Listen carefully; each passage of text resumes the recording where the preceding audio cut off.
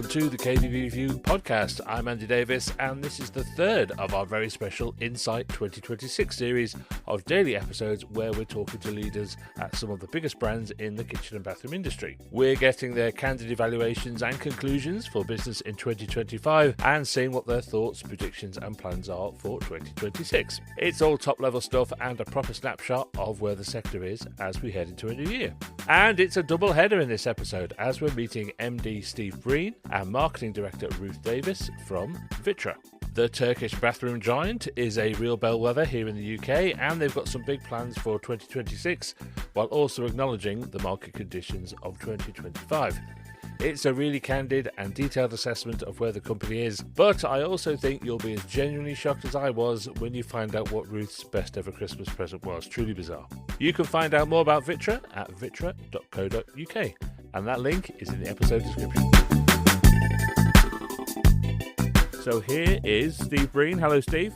Hi, Andrew. How you doing? I'm doing very well, thank you. And Ruth Davies. Hello, Ruth. Hello. Thank you for having us. You're very welcome. Actually, before we start, let's confirm, Ruth, that we are not related. Oh, unfortunately not. If we were, I'd have tapped you up for a new bathroom a long time ago, believe me. You're in an industry where someone always wants to get a deal out of you. That's just how it works. Yeah, some long-lost cousin. We've always got a deal for you, Andrew. I still couldn't afford it, trust me. I'm an editorial, not sales. So look, how we've been doing these things is before we look ahead to 2026, I kind of want to get what your assessment of 2025 is as we're coming to the end of it. I think we could all acknowledge that the market's been really difficult for everyone. So how has it been for you? What's the highs? What are the lows? What conclusions and lessons are you taking into 2026? You're right. There has been highs and lows, and I'm sure as you're doing these podcasts, you'll possibly find there's more lows to talk about related to the sort of macro environment. But it's been a challenging year for the obvious reasons we've talked before around the housing market, not driving the secondary housing market, which is where we really want to play. You know, be the first choice of bathrooms where people are refurbishing either properties they're going into or choosing to stay where they are and updating their bathrooms. So we've seen a slowdown in that respect. And I think the constant management of the economy by government changes and, you know, raises in national insurance, speculation about raises in taxes, the slow development of new housing market, etc. It's just been very, very difficult to navigate. There's a lack of confidence in the market, and we've seen that bearing out across our channels, really. You know, we made significant investments last year in 2024 in new channels, which we hope, you know, we've said before, we want to coexist with our 4 channels of retail and projects, etc. And, you know, they've been okay. You know, they've been one of the highs where we've seen some development. But again, I think, you know, those channels as well have seen a slowdown. And I think one of the other things that probably our customers are less aware of, and it's obvious really, because if you switch on the news, you'll hear a lot about the UK economy. You'll hear a lot about the US. Donald Trump is on every day. You'll hear a lot about the Ukraine war, and you'll hear a lot about the Middle East, but you hear very little about Turkey. And of course, we're a Turkish manufacturer, and we have our own unique challenges in Turkey. And those are that the economy over there is challenging. The macros are extremely challenging. High interest rates around 45-46%, which is huge. And that's there to control the inflation levels, which have been as high over the past 18 months as 95%. And that has a significant impact on us as a business in terms of our cost of production. And then if you add to that, by the way, the way that they are looking at their currency in Turkey, there's a 27% appreciation versus the euro.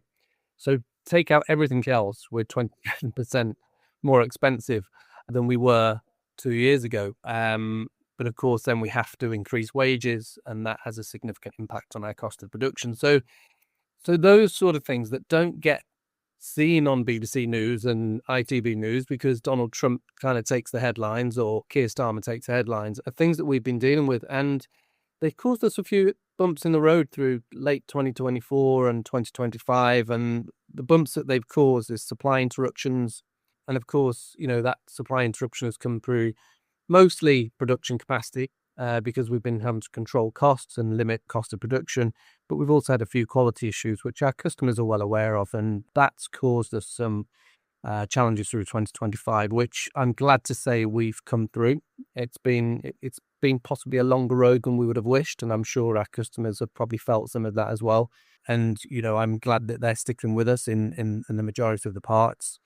I've been out this week, 3 days this week, with distribution partners and retailers, and they acknowledge the challenges we've had over the last 18 months or so, but they're sticking with us, and we hope we can build with them through 2026. I just want to touch on a point that Steve mentioned there about how, as a senior leadership team, we're really committed to going out and talking to our retailers regularly. And it's always so insightful when you you walk into a showroom and talk to, the owner, manager, the designers about what's happening for them.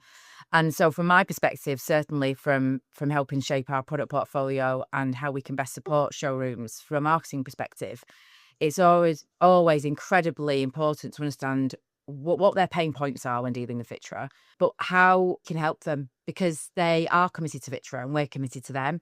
So it's always extremely valuable when we take that time, because that really does shape our strategy, and the decisions and the steps we're making next year is very, very anchored in what our retailers are telling us what they need from us. So can't really emphasize that point too much, in that we are extremely grateful for our retailer community and extremely committed still, and know that we can continue to evolve how we service them and improve, which we're looking forward to do next year. Absolutely. And I'd sort of layer on top of that as well that, you only realize just how valuable that visit is when you've done it.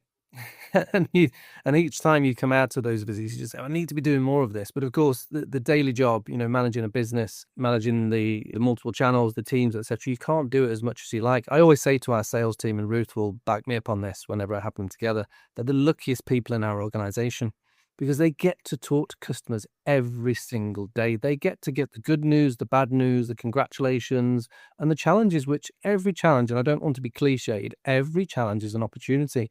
And that's exactly how Ruth and I have seen this week's visits, for example, just as just to sort of focusing on those. We've identified some challenges our customers have had, and it's a brilliant opportunity for us to sort of differentiate our service level, differentiate our product offering, etc. So I think lesson learned for us, let's not get too internalized sometimes when you've got some problems, and actually get out there. It's not about facing up to the problems, because sometimes, we overplay it internally. Some customers just don't recognize this. They're lucky they can get away with these interruptions, but some do absolutely get impacted by it. But I think the value you get from each and every conversation, good or bad, from our retailers is priceless. That's definitely important for the independent channel as well, isn't it? Because it's very easy to think of them as a channel, whereas actually what they actually are is 1,000 different businesses. Yes. All with different priorities and different perspectives. And they are not just one channel. And while there are shared issues or shared triumphs amongst them all, they all have their own individual concerns. And I think it's so important just to get out there and go and talk to them. I'm exactly the same. I wish I could spend more time out on the road doing these things. Let's jump into 2026 then. This is where you have to get your crystal ball out. What's your overview of how you think the next 12 months might play out for the wider market? We'll come to VitrA in a minute, but how do you think the wider market's going to do? I'm getting fed up of trying to guess this, Andrew. It's I don't think the market's going to do us a massive amount of favors. I genuinely don't. We're seeing some green shoots within the pipeline for projects, for example. We're seeing some project starts that have been delayed. I mean, even this week, we've seen a project that should have been started at the back end of 2026 being pulled forward to order stage now. So, and one swallow doesn't make a summer and all that, but that's combined with a few other things that we're seeing. So I think the projects market has to pick up. There's some latent demand there, and some need for supply of housing. So I think that will pick up, and we're well positioned in our area of focus in that space to capitalize on that. But I think the consumer's pound is going to be extremely competitive to get hold of, and challenged by increasing costs, taxation, etc. So we have to focus on share gain and our own strategy to share gain within the market, rather than the market offer us an organic 5-10% lift. So yeah, that's my view on it. Unfortunately, I don't want to be Mr. Pessimistic, but it feels that way at the moment, and it's certainly how we've reflected our plans back to HQ as well. And I think they would think I was balmy if I gave them anything other than that sort of outlook at the moment. No, I think that's very realistic. How about VitrA itself, Ruth? What kind of plans have you got? What tent poles have you got through the year? Where are the opportunities for you, do you think? Well, I am naturally a very optimistic person, but I am extremely optimistic about 2026, and for lots of reasons, really. I think, first of all, on the backdrop of what Steve's explained already, 2025 has been a year where we've had to press pause on new product introductions. And we've done that because we absolutely wanted our efforts to not be diverted or diluted in making sure that the quality supply and retailer engagement was on point. However, we know, and this has been confirmed by talking to our retailer community and distribution community over recent months, that people are crying out for something new from VitrA.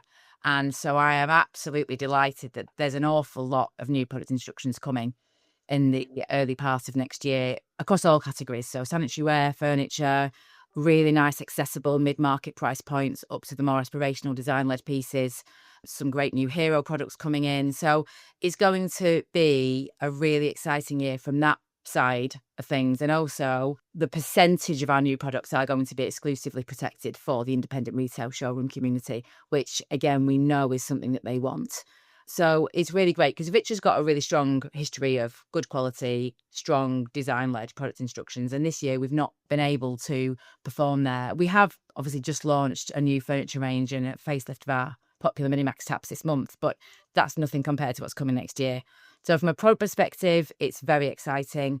We're also strengthening our Vitality Partner Program proposition.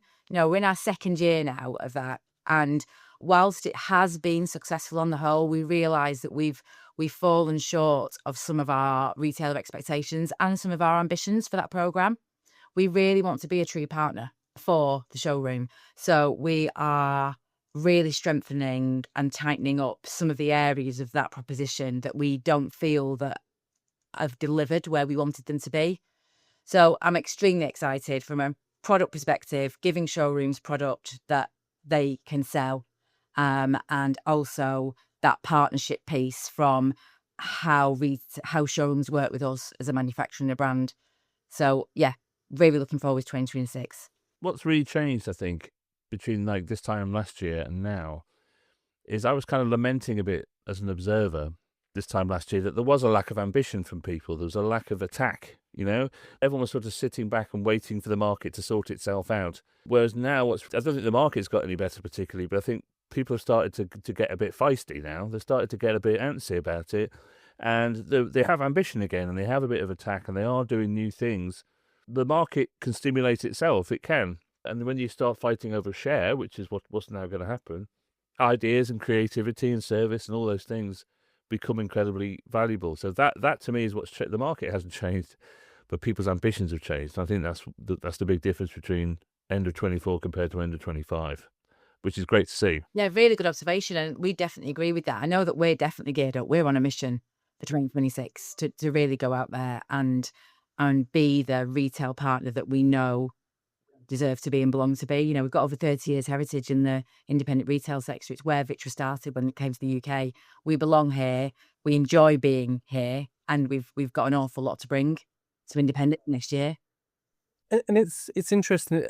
I also agree with what you're saying, Andrew. It's as soon as you said it, there was a feeling that went through me. Did I give up? Did I give up too early? But actually, when I reflect on conversations I've had with customers throughout 2024 and 2025, and every month there's a certain point in the month where you say, right, sales report time because the month's finished, and a new month starts, and it's this natural feeling of well, the first of the month starts next month, so all the bad news of last month goes away and we start again. But then you get to the end of the following month and you think the same again. But in the conversations I've had with customers, there's been some green shoots, right? And the early spring, we thought, oh, it's coming back. And it was pretty strong, and then it dropped again over the summer, and then September was a spike, and we saw a reasonable October, and then it dropped again. So there's been a couple of times where we've thought, okay, things are coming back, and you're right. Actually, mentality-wise, and it's strange. We should probably take a dose of our own medicine here, because when we're talking to our sales teams, we're trying to get them to ignore all that, right? And we just focus on the ambition and go and drive sales, but I think you're right. Well, the market can make itself, and we can make our own market. And I think Ruth's point around we took a pause, and we deliberately took that pause so as that we could focus on fixing some of the basics. We're really excited about 2026, and I think we'll probably coin that phrase in our business now, Ruth. We'll make our own market, right? Well, but what's interesting is that's how independent retailers work. Yes. That is the mindset they have. They are small businesses, they are owner-run businesses, and they don't do it, no one's going to do it. And so they tend to have a much more kind of, let's get out there and do it, and they'll do what needs to be done because they've got to keep the lights on. And I think these kind of lessons can go up as well as down the supply chain, can't they? I don't think anybody gave up. I just think everyone was waiting for the normal cycle of things, which is that everything goes up and goes down, right? But the trouble is the down has lasted so long that everyone wonders whether the up is ever coming. And so I don't think it was giving up. It was more just, well, here's what normally happens. So normally in 6 months' time, it'll all come back again. And it just never did. And now it's a point where, hang on a minute, we can't assume anything anymore. So let's get in a room and work out what we're going to do.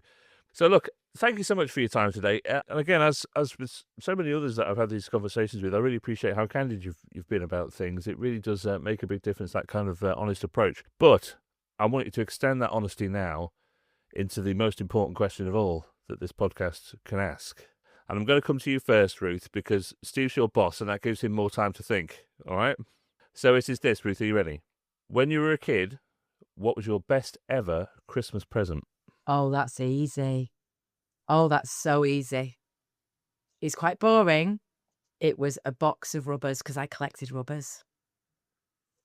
Any child of the 1980s collected stamps, keyrings, or rubbers. No, I get it. I remember the rubbers, but that was your best ever Christmas present. Oh, I was obsessed. And I think there was about 30 in this. Oh, honestly. Yeah. You weren't one of those kids that ate them, were you? No, I organised them by colour. I used to pretend to sell them in my little shop. Oh, yes. You put together a full marketing campaign for it. Absolutely. I was thinking about my footfall into the shop in the front room, how many family members would buy a rubber from me with pretend money. Yes, absolutely. Best present ever. Oh, God. Right. Beat that, Steve. Well, firstly, it's a shame this is a podcast and not a video, because the picture on Andrew's face when you told him it was a box of rubbers was absolutely priceless. You have given me some time to think, and whilst having bikes and new football kits was one of my highlights, I think I was obsessed with cowboy films when I was growing up, and the one Christmas I was gifted with a full cowboy outfit and this game which was a gun, and I can't remember what it was called, but you had a gun with a light on it, and there was then a target, and you had to hit the target, and I was just obsessed with doing the quick draw from the holster to shoot the target, and then you'd set the target off, and there'd be some sort of music around it. And I remember taking it to the annual family Boxing Day event, and all the middle-aged men took over from me, and I couldn't get a go on it. So that was probably, I'd love to remember what it was called, because I'd probably buy one for this Christmas. See, setting targets, hitting targets. Yeah, there you go. It's all there, isn't it? It's all there. Shooting from the hip. It's all there. But I think we all need to know there's a photo of you in that cowboy outfit, Steve. I think we need to see that. I am a very lucky child in the fact that we couldn't afford a camera when I was growing up. We invested in cowboy outfits instead. So perhaps if I can get the first retailer to £1 million, I'll go and visit them in a cowboy outfit. Well, you heard that, Ruth, because I will print that photo in the magazine. That is prime PR material. I'll let you if we can get a retailer to £1 million. Andrew. Absolutely. Listen, thank you so much for your time today. This has been really, really interesting, and we'll come back in a year's time and see how we've done. Look forward to it. Thank you for your time. Thank you. Thank you.